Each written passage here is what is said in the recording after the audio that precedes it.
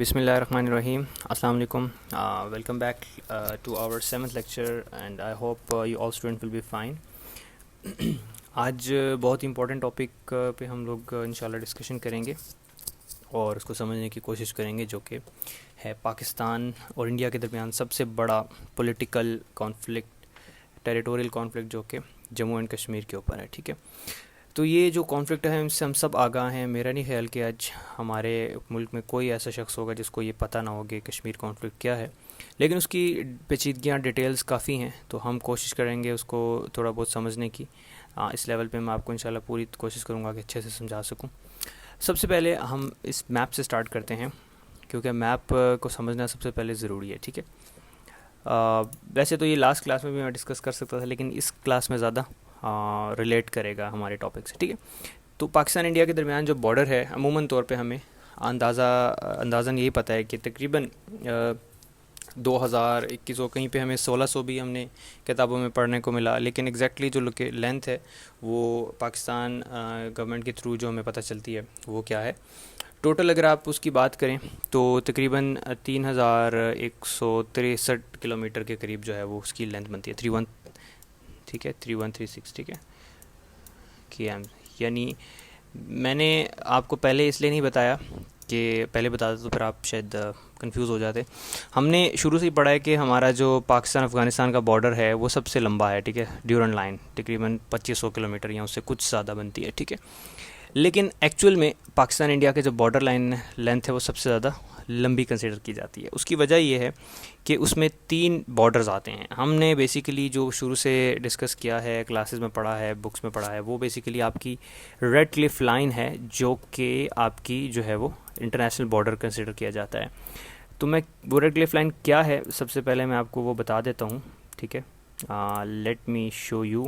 اب آپ یہ بارڈر لائن دیکھ رہے ہیں، یہاں سے جو آپ کو بارڈر نظر آ رہا ہے، یہ جو اس کو میں ہائی لائٹ کر رہا ہوں. ٹھیک ہے، اور اس کے بعد جو نیچے جاتا ہے بالکل سندھ بارڈر تو ٹچ کرتا ہے، تو یہ میں آپ کو اوپر دکھا دیتا ہوں یہاں تک. ٹھیک ہے، تو یہ جو یہاں تک لینتھ ہماری بنتی ہے یہ تقریباً 2100 کلومیٹر کی اس کی لمبائی ہے. ٹھیک ہے، 2100 کلومیٹرس، جس کو ہم یہاں پہ چلے لکھ بھی لیتے ہیں، آپ کو اندازہ ہو جائے گا. ٹھیک ہے، جس کو ہم ریڈ کلف لائن کہتے ہیں، ریڈ کلف لائن RCL میں لکھ دیتا ہوں.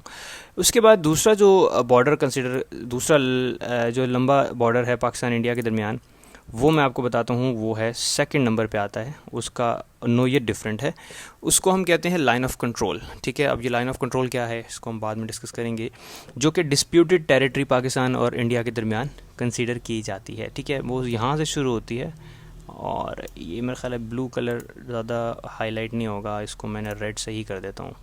یہ جو آپ بارڈر لکھ رہے ہیں یہاں سے، اور یہ جو آپ کو بالکل ڈاٹڈ لائن نظر آ رہی ہے آزاد جموں کشمیر اور IIOK کے درمیان، ٹھیک ہے، انڈین انلیگلی آکوپائڈ کشمیر کے درمیان، یہ جو لینتھ ہے یہ آپ کی LOC کہلاتی ہے. اس کو ہم لائن آف کنٹرول کہتے ہیں، LOC. ٹھیک ہے، جو کہ ڈسپیوٹڈ ٹیریٹری میں آتا ہے، جو کہ انٹرنیشنل بارڈر کنسیڈر نہیں ہوتا، کیونکہ ابھی تک اس کا کوئی سلوشن نہیں نکل سکا، فائنلائز نہیں ہو سکا. ٹھیک ہے، تو LOC کی تقریباً جو لینتھ ہے وہ ہمارے پاس آتی ہے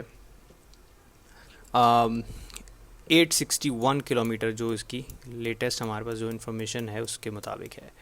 ٹھیک ہے، اور اسی طرح سے جو تیسری بارڈر لائن ہے جو کہ پاکستان انڈیا کے درمیان ہی ہے اور اس کی نوعیت تھوڑی سی ڈفرینٹ ہے، وہ میں آپ کو دکھاتا ہوں. وہ یہ بارڈر لائن ہے، یہاں سے جو پنجاب اور میں تھوڑا سا ہائی لائٹ کر دیتا ہوں، یہ جگہ جو آپ کو نظر آ رہی ہے نا، یہ چھوٹا سا ٹکڑا، یہ بیسیکلی پنجاب اور جموں کشمیر کے درمیان ٹیریٹری بنتی ہے، جس کو ہم ورکنگ باؤنڈری کہتے ہیں. ٹھیک ہے، ورکنگ باؤنڈری، یہ جو پارٹ ہے نا اس کو ہم کیا کہتے ہیں، سوری اس کو میں ریز کرتا ہوں، ورکنگ باؤنڈری کہلاتی ہے. ٹھیک ہے، تو یہاں میں لکھ دیتا ہوں ورکنگ باؤنڈری، WB میں لکھتا ہوں. اور اس کی جو ہمارے پاس لینتھ آتی ہے وہ 202 کلومیٹر کے آس پاس ہے. ٹھیک ہے، یہ سیالکوٹ سیکٹر کا بارڈر ہے. ٹھیک ہے، جہاں سے 1965 کی انٹروژن جو ہوئی تھی، جنگ ہوئی تھی، یہاں اسی بارڈر کے تھرو ہوئی تھی. ٹھیک ہے، یہ والا جو بارڈر ہے ورکنگ باؤنڈری. تو یہ جو بیسیکلی ریجن ہے یہ آپ کا جو ہے کیا کہلاتا ہے، ورکنگ باؤنڈری. تو یہ لینتھ ایک یہ ہے ہمارے پاس 202 کلومیٹر کی بارڈر، ایک یہ ہمارے پاس بارڈر ہے انڈیا پاکستان کا، اور ایک ریڈ کلف لائن ہے جس کو انٹرنیشنل بارڈر کنسیڈر کیا جاتا ہے. یہ جو آپ کو ریڈ کلف لائن میں نے پہلے بنا کے دکھائی تھی، یہ انٹرنیشنل بارڈر مانا جاتا ہے پاکستان انڈیا کا. تو ٹوٹل لینتھ ہوگی 3136 کلومیٹر. سوری میں نے یہاں پہ 63 لکھنا تھا، میں نے شاید مسٹیکنلی یہاں پہ 36 لکھ دیا، 63 ہے یہ، ٹھیک ہے. تو یہ ہمارے پاس بارڈر لینتھ ہے، یہ ساری کی ساری. تو آپ کو سمجھانے کا مطلب یہ ہے کہ ابھی ہم جو ڈسکس کرنے جا رہے ہیں وہ یہ ریجن ہے، ٹھیک ہے، یہ والا ریجن سارا، ٹھیک ہے. اس کے اوپر ہم بات کریں گے جو کہ کشمیر کا، جموں اینڈ کشمیر ہے، ٹھیک ہے. اچھا یہ میں نے ہائی لائٹ کیوں کیا، اس کی ریزن میں آپ کو بتاتا ہوں. چلیں تو اس کی ریزن میں آپ کو ابھی بتا دیتا ہوں. میں یہ ریز کر دیتا ہوں، ٹھیک ہے، تاکہ ہمارے پاس اسپیس بن جائے. اور یہ جو ٹھیک ہے، تو یہ ہے پاکستان انڈیا کا بارڈر. تو اگر ہم اوور آل بارڈر کو کمبائن کر کے دیکھیں، جو کہ تمام انڈین پاکستان کے بارڈرز ہیں، ان کی لینتھ پاکستان کے سب سے بڑے نیبرنگ کنٹری کے ساتھ، یعنی لمبا ترین بارڈر مانا جاتا ہے، ٹھیک ہے. تو اس کو میں یہاں سے ریموو کرتا ہوں اور دوسری پکچر میں آپ کو دکھاؤں گا، جو کہ ابھی میں نے آپ کو بتایا کہ وہ میں علاقہ کیوں آپ کو دکھانا چاہ رہا ہوں. یہ پکچر ہے، یہ وہ ریاست تھی جموں اینڈ کشمیر کی جس کے بارے میں ہم ابھی اسٹڈی کرنے جا رہے ہیں، جو کہ انڈیپینڈنس سے پہلے ایک پرنسلی اسٹیٹس کہلاتی تھی. ہم نے پڑھا نا، Jammu and Kashmir was a princely state ruled by Maharaja. تو یہ وہ ریاست ہے پوری کی پوری جس میں مختلف، اب یہ علاقہ جو ہے وہ انڈیا کے پاس چلا گیا، اس کو ہم نے جو ہے وہ IIO کے بول دیا، انڈین الیگلی آکوپائڈ کشمیر، ٹھیک ہے. اور یہ علاقے پاکستان، یہ بھی انڈیا میں چلا گیا، ٹھیک ہے. اور یہ جو گلگت بلتستان ہے یہ ہمارے پاس رہا، ٹھیک ہے. اب یہ ساری سٹوری میں آپ کو بتاتا ہوں. یہ ہے آپ کے پاس جموں اینڈ کشمیر کی جو پرنسلی اسٹیٹ تھی جب پاکستان آزاد اور انڈیا آزاد نہیں ہوئے تھے، ہم لوگ کمبائن تھے. تو یہاں سے اب ہم سٹوری شروع کرتے ہیں اور ہسٹری تھوڑی سی ہم اس کی ڈسکس کرتے ہیں. بیسیکلی جموں اینڈ کشمیر جو تھی وہ ایک پرنسلی اسٹیٹ تھی، ہم سب جانتے ہیں. اور یہ پرنسلی اسٹیٹ بعد میں بنی ہے، اس سے پہلے یہ علاقہ انڈیپینڈنٹ تھا. پہلے یہ مغل امپائر کے کنٹرول میں رہا. مغلس کے بعد جب مغل امپائر ویک ہونا شروع ہوئی تو دورانی امپائر آ گئی 1747 کے بعد سے 1890 تک. احمد شاہ دورانی اور ان کی جو امپائر تھی ان کا یہاں پہ ہولڈ رہا، ٹھیک ہے. اور سکھ امپائر اس کے بعد یہاں پہ جب سکھوں نے حملہ کیا پنجاب پہ اور کشمیر پہ اور پشاور پہ، تو انہوں نے اس پورے ریجن کے اوپر اپنی سکھ امپائر پھیلا لی، ٹھیک ہے. تو مہاراجہ رنجیت سنگھ کی سربراہی میں یہ ساری امپائر جو ہے وہ پھیلی اور اس کے مرنے کے بعد اس کے بیٹے کے پاس رہی. تو پھر برٹش امپائر نے فائٹ کر کے، لڑ کے، یعنی جنگ کر کے سکھ امپائر سے یہ کشمیر کی ریاست حاصل کی. اور وہ 1846 میں جو ہے وہ برٹش نے حاصل کر لی. اور 1846 کو جو ہے وہ اس نے ایک نئے جو ہے وہ رولر کے حوالے کر دیا، جس کو ہم جو ہے وہ مہاراجہ ہری سنگھ کہتے ہیں. اور وہ تھا ایونٹ تھا ٹریٹی آف امرتسر، ٹھیک ہے. ٹریٹی آف امرتسر جو ہے وہ بیسیکلی 1846 میں ہوتی ہے جب مہاراجہ گلاب سنگھ کو، ٹھیک ہے، یہ جو امپائر جو ہے وہ دی جاتی ہے.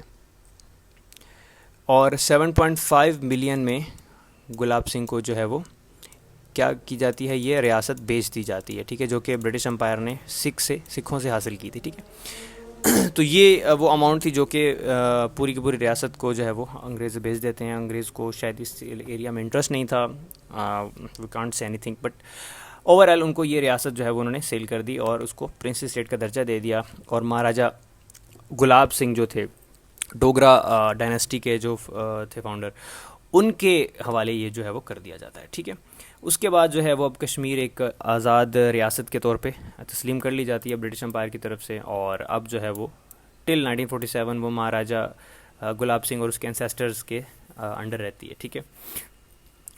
اس کے بعد رنبیر جو ہے وہ کیا کہتے ہیں، رنبیر ڈوگرا سنگھ، اور اس کے بعد پھر جا کے لاسٹ میں 1947 میں جو ہے وہ مہاراجہ ہری سنگھ جو ہے وہ ہری سنگھ کے پاس جو ہے وہ آ جاتی ہے، ٹھیک ہے. تو اس طرح سے کیا ہوتا ہے کہ جو آپ کی کشمیر کی ریاست ہے وہ مختلف ہاتھوں سے ہوتے ہوئے جو ہے وہ کیا ہوتی ہے، ایک انڈیپینڈنٹ ریاست بن کے رہ جاتی ہے، ٹھیک ہے. اب ہم چلتے ہیں ریڈ کلف ایوارڈ اور third zone plan. Third zone plan ہم سب جانتے ہیں کیا تھا، ہم آلریڈی ڈسکس کر چکے ہیں، آپ لوگ سب پڑھ چکے ہوں گے. اس میں ہم نے ریڈ کلف ایوارڈ پڑھا تھا جس میں باؤنڈری کمیشن بنایا گیا تھا. اور باؤنڈری کمیشن کا کام یہ تھا کہ وہ بارڈرز جو ہے وہ ڈیفائن کر دے گا، ٹھیک ہے. تو باؤنڈری کمیشن نے کیا کرنا تھا، پاکستان انڈیا کے بارڈرز کو ڈیفائن کرنا تھا.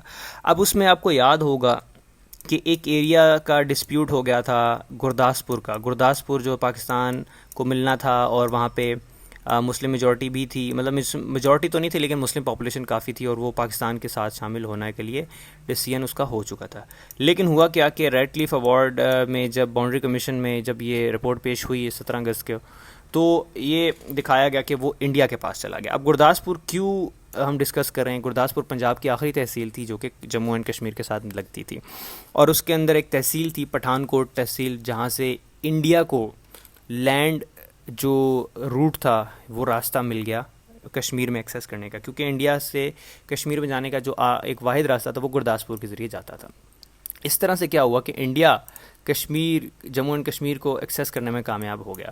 اور اس نے ایسا کیوں کیا، اور اس کو ہم لوگ ڈسکس کرتے ہیں. ٹھیک ہے، ہوتا کیا ہے کہ جب آپ کا ریڈ کلف ایوارڈ آتا ہے اور تھرڈ زون پلان میں یہ آپشن دیا جاتا ہے پرنسلی اسٹیٹس کو، 3 آپشن دیے جاتے ہیں. They have option to accede with Pakistan, either India, either they can remain independent.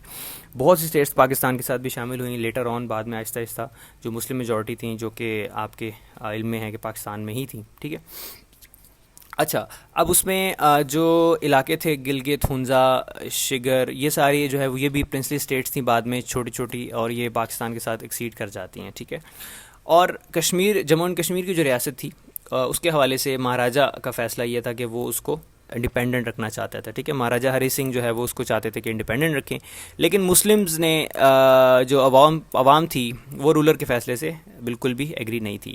تو انہوں نے کیا کیا، وہاں پہ مسلمز نے جو ہے وہ کیا کر دیا، پروٹیسٹ کرنا شروع کر دیے مہاراجہ کے خلاف. جو ہے وہ مظاہرے شروع ہو گئے کہ ہم نے پاکستان کے ساتھ جانا ہے، اور 80% مسلم پاپولیشن رکھنے والی یہ اسٹیٹ ہے.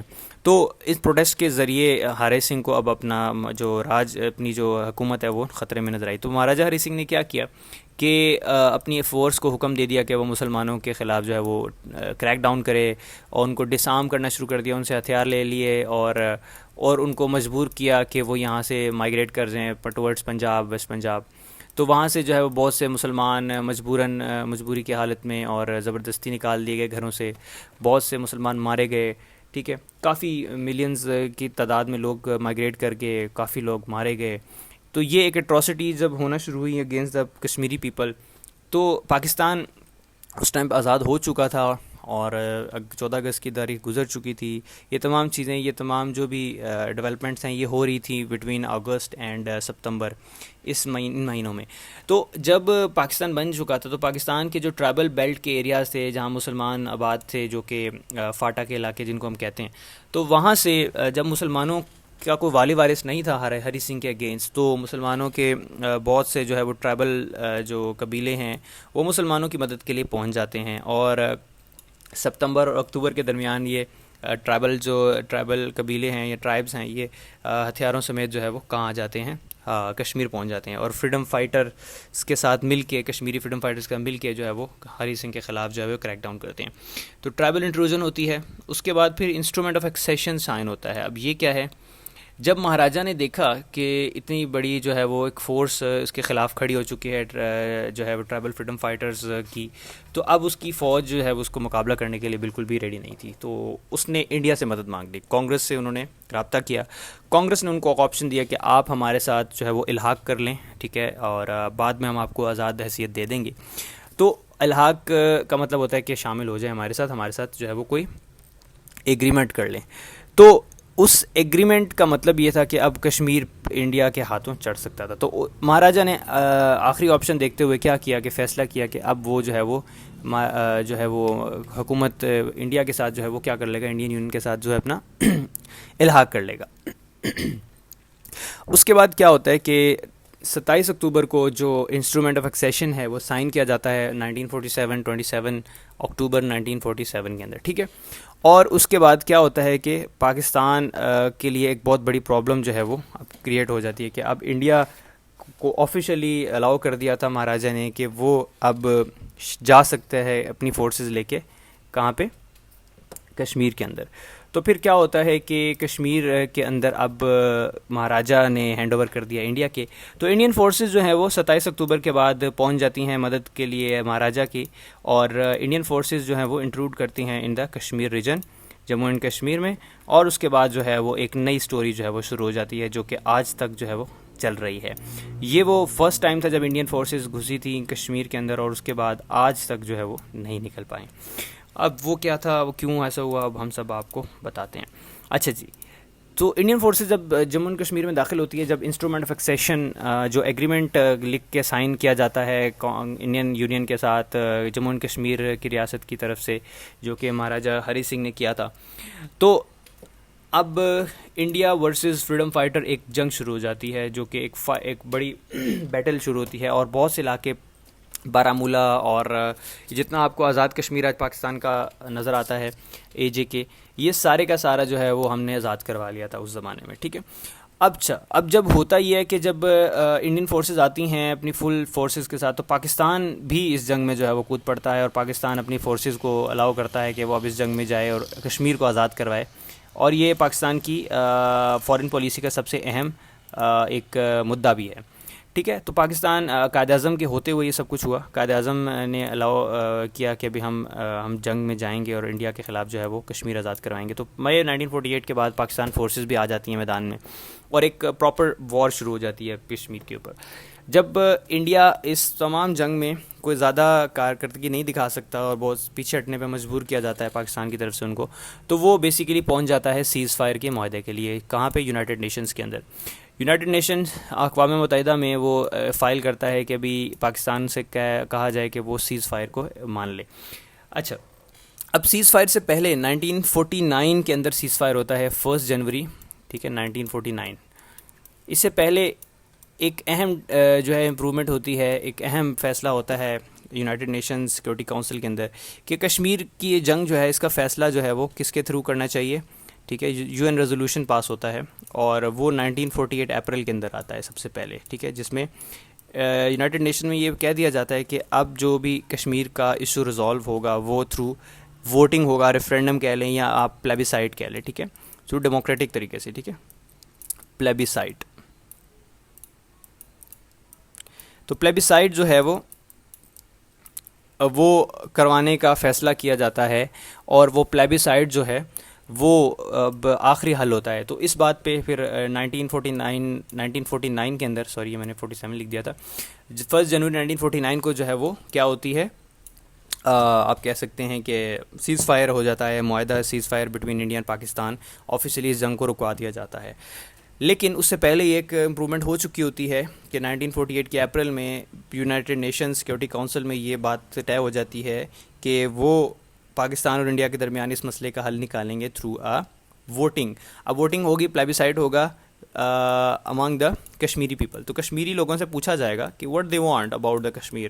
either they want to accede with Pakistan, either they want to remain independent, or they want to India.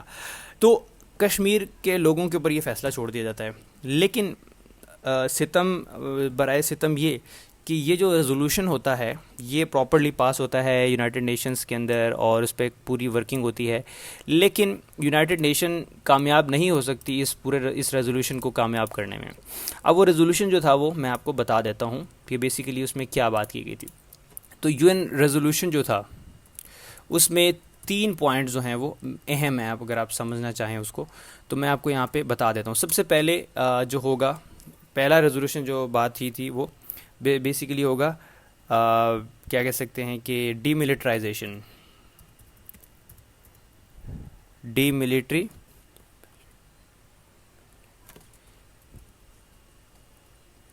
اس کو میں یہاں سے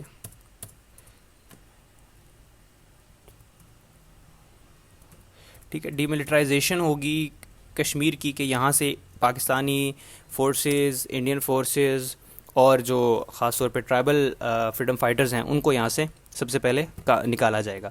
ٹھیک ہے, reduce the forces, demilitarization of the Kashmir, سب سے پہلے یہ بات ہوئی. دوسری بات جو ہوئی تھی وہ یہ ہوئی تھی کہ جو پلیبیسائٹ ہوگا, ٹھیک ہے,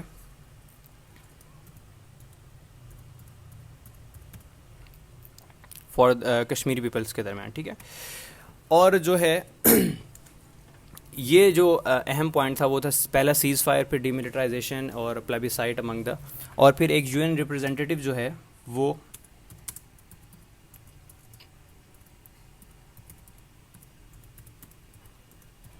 وہ جو ہے وہ سیز فائر کو جو ہے وہ کیا کرے گا،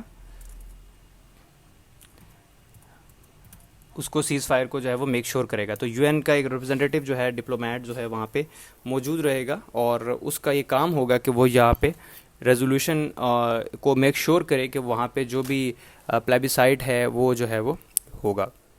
ٹھیک ہے، تو ایویکویشن آف آل ملٹریز، ٹھیک ہے، اس کے بعد hold plebiscite and monitor the cease fire line. ٹھیک ہے، آپ اس طرح سے اس کو ایکسپلین کر سکتے ہیں. تو یہ ریزولوشن تھا یونائٹڈ نیشنز کا، جو کہ یونائٹڈ نیشن میں یہ فیصلہ ہوا کہ ہم یہ کام کریں گے اور پلیبیسائٹ کروایا جائے گا. But due to the Indian biases towards Kashmir, وہ چاہتا نہیں تھا کشمیر پاکستان کو دے. جواہر لال نہرو جو تھے وہ کشمیر پاکستان کے حوالے نہیں کرنا چاہتے تھے. That was the only fact کہ آج تک کشمیر کا مسئلہ حل نہیں ہو. اور یہ پلیبیسائٹ جو کہ 2 سے 3 دفعہ یہ پلیبیسائٹ کے اوپر ریزولوشن پاس کیا یونائٹڈ نیشنز نے، 48 میں، پھر 50 میں، اور پھر 53 میں، بٹ کوئی بھی ریزولوشن کا حل نہیں نکل سکا. ٹھیک ہے، تو یہ تھا اس کی بیک گراؤنڈ. اب آپ آتے ہیں لیٹر ڈیولپمنٹس میں. تو پلوامہ اٹیک میں نے آپ کو بتایا تھا پچھلے لیکچر میں کہ 2019 کے فروری میں پلوامہ کے اندر جو کہ انڈین آکوپائڈ کشمیر ہے، جموں اینڈ کشمیر، وہاں پہ اٹیک ہوتا ہے اور اس کا بلیم پاکستان کے اوپر ڈالا جاتا ہے. جس کے بعد انڈیا جو ہے وہ ہیروئک ایکشن دکھانے کی کوشش کرتا ہے اور بالاکوٹ میں اسٹرائک کرتا ہے، جس کے بعد ان کے دونوں جہاز تباہ کر دیے جاتے ہیں اور ان کے پائلٹ کو چائے پلا کے واپس بھیجا جاتا ہے. بہرحال یہ بالاکوٹ اسٹرائک جو تھی وہ خاصا منہ توڑ جواب دیا انڈیا کو ہم نے، اور اس کے بعد پھر انڈیا نے بہت بڑا ایک قدم اٹھایا، جس کے بعد کشمیر کے حالات بہت زیادہ خراب ہو چکے تھے، اور وہ تھا revocation of article 370 of Indian constitution. اب یہ فیصلہ ہوا تھا اگست 9 2019 کے اندر، 9 اگست 2019 کے اندر. ٹھیک ہے، 9 اگست 2019 میں یہ ایک بڑا اہم فیصلہ انڈین گورنمنٹ نے لیا، جس کا بہت نیگیٹو امپیکٹ آیا ہے کشمیر کے اوپر، کشمیر کے عوام کے اوپر. اور اچھا، یہ بیسیکلی ریووکیشن آف آرٹیکل 370 ہے کیا؟ آفٹر 1953 وہاں پہ انہوں نے ایک لوکل گورنمنٹ ٹائپ وہاں پہ ایک اتھارٹی دے دی تھی کشمیری پیپل کو. وہاں پہ انہوں نے ان کو اختیار بھی دے دیا تھا کسی حد تک کہ وہ اپنی گورنمنٹ چلا سکتے ہیں. کچھ معاملات انڈین گورنمنٹ کے حوالے رہیں گے، جیسے فارن افیئرس ہیں، فارن پالیسی ہے اور ڈیفنس وغیرہ، وہ انڈین گورنمنٹ خود دیکھے گی کشمیر کی. باقی جتنے بھی کنکرنٹ لسٹ کے جو معاملات ہوتے ہیں، پروونشل لسٹ کے، وہ سارے جو بھی معاملات ہیں وہ خود کشمیر اپنا دیکھے گا. ٹھیک ہے، لیکن ہوتا یہ ہے کہ 2019 تک یہ معاملات چلتے ہیں. جو تھوڑا بہت اختیار کشمیر کی ریاست کو دیا گیا تھا، وہاں کی ایک گورنمنٹ بنی ہوئی تھی، لیکن وہ گورنمنٹ کو بھی ابالش کر دیا جاتا ہے، اور انڈین ٹیریٹری کے اندر کشمیر کو زبردستی جو ہے وہ آپ کہیں گے کہ ایکسیڈ کروا لیا جاتا ہے through the revocation of article 370 of Indian constitution. یعنی وہ آرٹیکل 370 میں جو اختیارات دیے گئے تھے کشمیر کو، وہ ختم کر دیے جاتے ہیں اور آرٹیکل کو ابالش کر دیا جاتا ہے انڈین پارلیمنٹ کے اندر. اور یہ 9 اگست 2019 کو ہوتا ہے. اس کے بعد پھر کشمیر میں تقریباً 2 سال کا کرفیو لگتا ہے، اور جب یہ 9 اگست کی امپرومنٹ ہوتی ہے، ڈیولپمنٹ ہوتی ہے، تو کشمیر میں بہت زیادہ ریئیکشن آتا ہے پبلک کا. لوگ بڑے خلاف ہو جاتے ہیں، وہاں پہ جو ہے وہ کیا کہہ سکتے ہیں کہ جھڑپیں شروع ہو جاتی ہیں. اس کے بعد کرفیو لگا دیتی ہے انڈین گورنمنٹ وہاں پہ، اور 2 سال کا ایک ظالمانہ ٹائم پیریڈ جو ہے وہ کشمیری عوام دیکھتی ہے، جو 2021 فروری میں جا کے ختم ہوتا ہے. تو یہ تھی کشمیر کی کچھ بیک گراؤنڈ اور ہسٹری.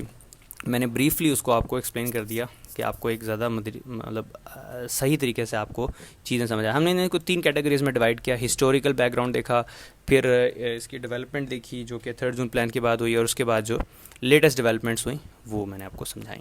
آئی ہوپ کہ آپ کو سمجھ آ گئی ہوگی. اور یہ لیکچر تھوڑا سا لینتھی بھی ہو گیا، لیکن کوئی بات نہیں، یہ ٹاپک آپ کو سمجھ آ جانا چاہیے. پاکستان انڈیا کے درمیان جو اہم جو پولیٹیکل ڈسپیوٹ ہے، ٹیریٹوریل ڈسپیوٹ ہے، جس وجہ سے ہمارے تعلقات خراب رہتے ہیں، وہ سمجھ آ جانا چاہیے. تو آئی ہوپ کہ آپ کو سمجھ آ گیا ہوگا اور آپ کی اچھی انڈرسٹینڈنگ بن گئی ہوگی. Thank you for watching. کوئی کوشچن ہو آپ ضرور کامنٹس میں کریں. اگر کسی کو آپ شیئر کرنا چاہتے ہیں کانٹینٹ، بالکل شیئر کریں. And do give me your feedback regarding the lectures. Thank you very much. اپنا خیال رکھیے گا اور لائک ضرور کر دیا کریں. مجھے اندازہ ہو جاتا ہے کہ کتنے لوگوں کو جو ہے یہ ٹاپک کلیئر ہو چکا ہے. اور اگر آپ میری باقی ویڈیوز دیکھنا چاہتے ہیں، پچھلے لیکچرز میرے یوٹیوب پہ موجود ہیں، اسی پلے لسٹ میں آپ دیکھ سکتے ہیں. Thank you very much. اپنا خیال رکھیے گا. اللہ حافظ.